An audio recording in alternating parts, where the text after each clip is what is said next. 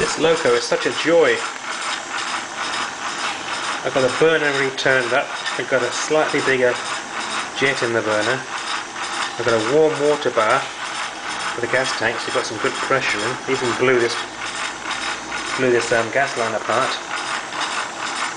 And now we're individually testing the pumps. I'm testing the right hand pump. If I open the bypass valve, water dribbling through, closed again, and it loads up the motor.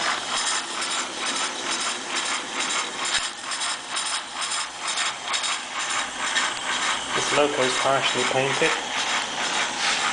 I started it with the drain cocks open, it was lovely, and closed them while it was running.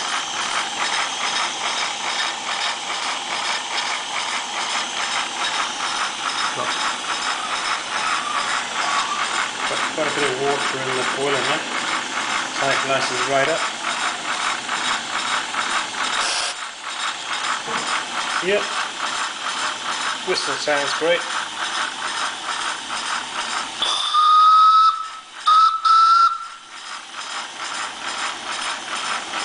Safety's feathering. All is good.